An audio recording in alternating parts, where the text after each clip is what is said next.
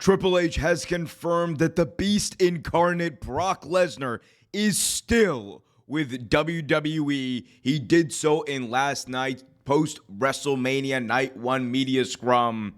And it's got a lot of people talking about everything we know about Brock Lesnar, his potential involvement in this Vince McMahon lawsuit that has really turned WWE upside down.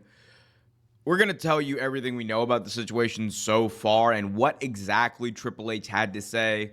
Also, stick around because I'm going to tell you why WrestleMania 40 just broke a WWE record. All that and much more coming up in this video. So be sure to smash that like button, subscribe, and hit that notification bell.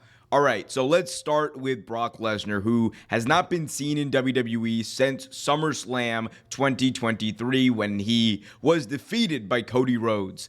And ever since then, we've been hearing rumblings that Lesnar might return. And really in December, we had heard reports that they were gearing up for a Brock Lesnar return for the Royal Rumble. And it essentially was a done deal in many people's eyes. However, fast forward, and in January, the Vince McMahon lawsuit, the Janelle Grant, lawsuit against WWE and Vince McMahon was filed. And within that lawsuit, there was a certain professional wrestler, a certain superstar, I should say, who was not named explicitly, but there was a superstar who apparently Vince McMahon had essentially tried to traffic Janelle Grant, according to the allegation, who was looking to sign a new deal and was a former UFC fighter.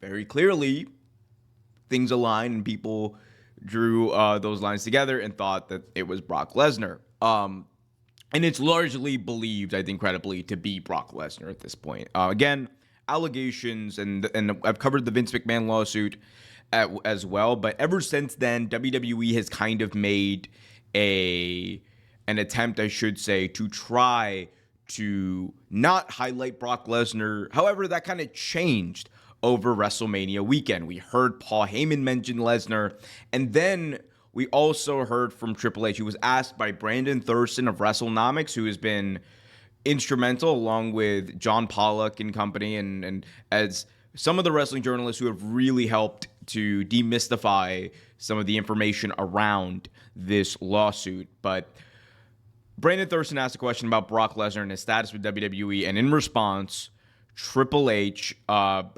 said that Brock was, in fact, still with WWE. There were plans potentially for the Royal Rumble, but Brock right now is just at home being Brock. So implying there that Brock is still under contract, obviously, like just flat out confirming that. And then also implying that, they're open to having him come back. And, part of me, right, has two minds about this. Number one is Triple H is being honest and saying, like, yeah, look, WWE, we have not let Brock Lesnar go. He's still under contract. He's at home doing him, and that's what it is. Then the other part of me is like, okay, maybe Triple H has had a little bit more media training since the last time he did one of these media scrums. And this is an answer essentially to get people to stop asking about it. And this is them just saying, look, Lesnar is at home. Take that however you may, but he's not on TV right now. And maybe that's by design. Either way, it does, I think, open up more questions than really give answers, because now the question is, like, does WWE feel confident that Brock Lesnar was not actually involved in this lawsuit? And if not, why is he still under contract? What's going on here? All these different things. Of course, he was not a defendant in this lawsuit. That should be noted. However, he was very clearly mentioned as someone who was involved in part of the horrific and disgusting, vile allegations against Vince McMahon.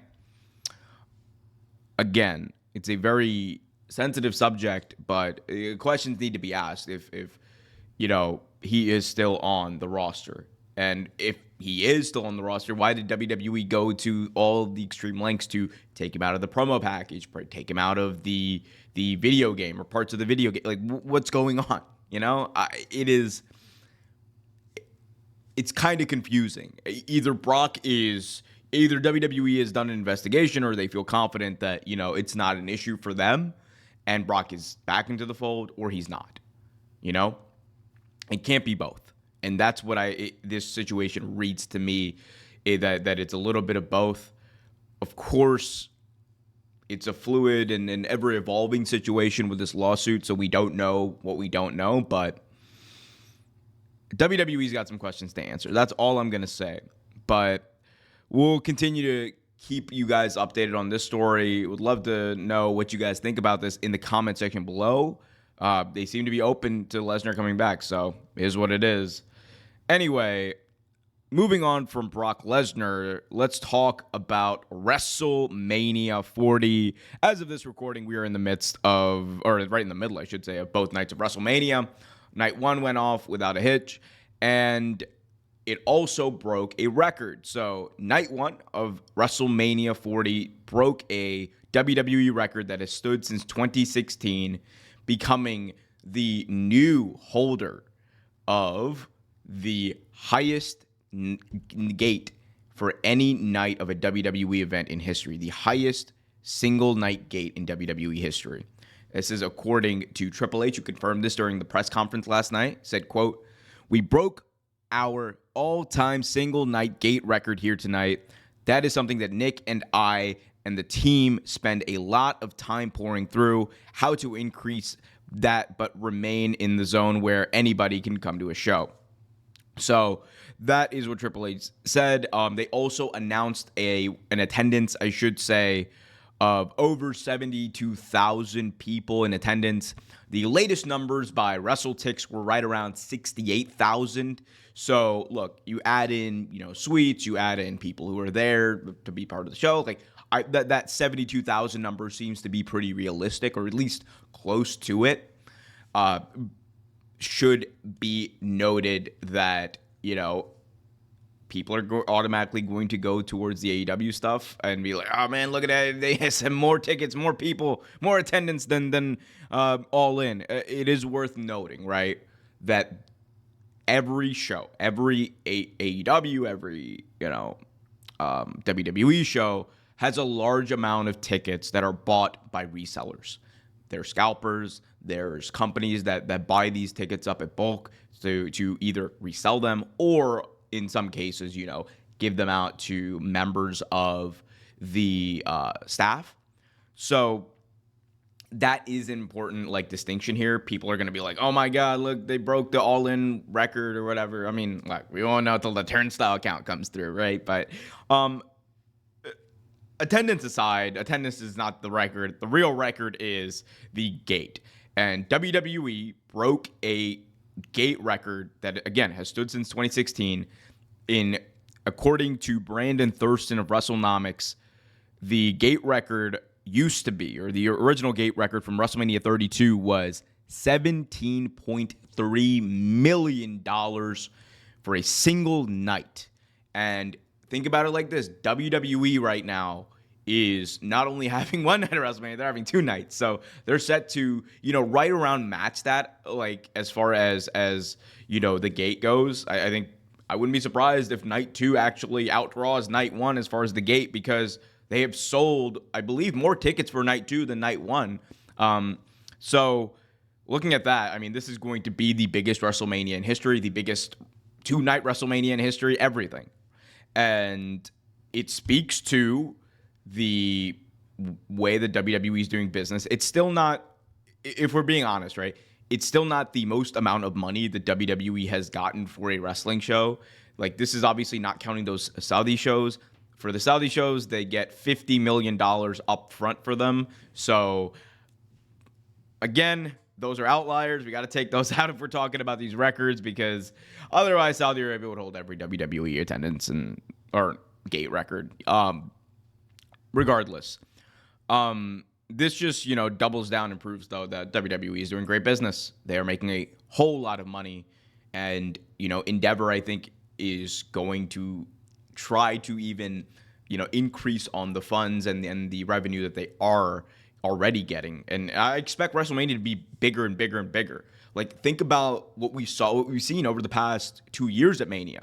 There has been a significant emphasis on not only getting people in, charging a whole hell of a lot of money for these seats and knowing that people are going to buy them, but also on sponsorships. And last night we saw an evolution in WWE sponsorships. We saw the Prime logo not only in the middle of the ring on the ring canvas, but also on the turnbuckles. And I think WWE moving forward, we're going to see a lot more of that. We're going to see, Wingstop. And it was crazy. We saw chicken wings on the LED boards during the 6 women's tag match.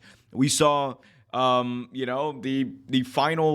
main event of WrestleMania presented by, what was it, like American Healthcare, I don't know, something, some capitalist entity.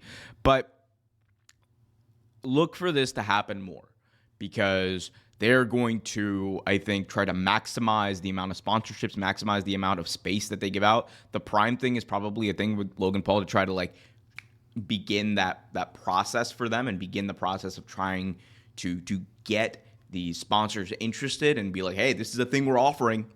And I think it's a good way of doing it. Now, the Prime logo itself on the ring, for those of y'all who have seen it, it looks absolutely atrocious. I would have much rather them have just the letters in there. I think that would have looked a lot better than having a bottle. It just looks so weird. It looks weird. Like, as someone, again, who's kind of done this, the design stuff, I'm like, okay, come on, we can do this a little better than that. Make the canvas look a little better. But hey, man, WWE is in the most profitable time of their existence, and I think it's only going to get bigger. They're going to get more sponsors. They're going to get more celebrity involvement. They're going to create the show to be bigger. And I'm telling you, one of these days, man, if WWE, they're on a trajectory upwards, one of these days they could sell out a massive stadium and break the all-time, I think, ticketed attendance record. It's very well possible. But I guess we'll see. Let me know, though, what you guys think about this. What do you guys think about sponsorships during wrestling matches? Do you think it's good? Do you think it's bad for the product? Let me know in the comment section below. Also, be sure to smash that like button. Please, please, please. Subscribe and hit that notification bell so you get notified whenever a new video is released. Until next time, keep it real.